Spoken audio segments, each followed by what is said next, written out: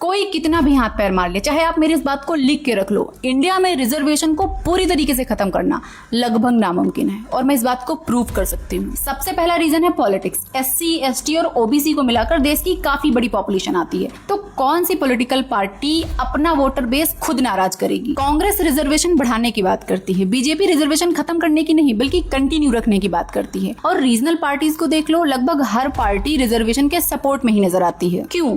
क्योंकि पॉलिटिक्स में सिर्फ आइडियोलॉजी नहीं चलती, नंबर्स भी चलते हैं। लेकिन मान लेते हैं कि कल कोई सरकार आती है जो कहती है कि हम कल से रिजर्वेशन खत्म कर देंगे, तो क्या रिजर्वेशन खत्म हो जाएगा? बिल्कुल नहीं, क्योंकि जो रिजर्वेशन है वो सिर्फ इलेक्शन का प्रॉमिस नहीं है, उसके लिए संविधान संशोधन करना पड़ेगा, 2/3 मेजोरिटी चाहिए होगी, ऑपोजिशन का साथ चाहिए होगा, जो इतनी जल्दी मिलता नहीं। लेकिन फिर भी अगर मान लो कि जैसे तैसे संविधान संशोधन हो गया, तो ऐसा कोई भी डिसीजन होता है वो तुरंत कोर्ट में चैलेंज हो जाता है, कोर्ट उसे रोक देगा। तो रिजर्वेशन हटाने के लिए सरकार, ऑपोजिशन और कोर्ट तीनों को सेम स्टेज पे आना पड़ेगा, जो इतनी जल्दी पॉसिबल नहीं है। इसीलिए ये सोचना कि कल कोई सरकार आएगी और सिर्फ एक नोटिफिकेशन से पूरा रिजर्वेशन खत्म कर देगी, ये इतना सिंपल नहीं। हाँ, बदलाव हो सकते हैं, क्रीमी लेयर पे बात हो सकती है, कोटा स्ट्रक्चर चेंज हो सकता है, नई कैटेगरीज ऐड या रिमूव हो सकती हैं, परसेंटेज पे भी बात हो सकती है, लेकिन पूरे रिजर्वेशन सिस्टम को एक झटके में खत्म कर देना अभी तो फिलहाल मुश्किल लगता है। और मेरा पर्सनली भी यही मानना है कि अभी वो टाइम नहीं आया है कि रिजर्वेशन को पूरी तरीके से खत्म कर दिया जाए। लेकिन हाँ, जो भी सिस्टम चल रहा है वो भी ठीक नहीं है, उसमें रिफॉर्म की जरूरत है।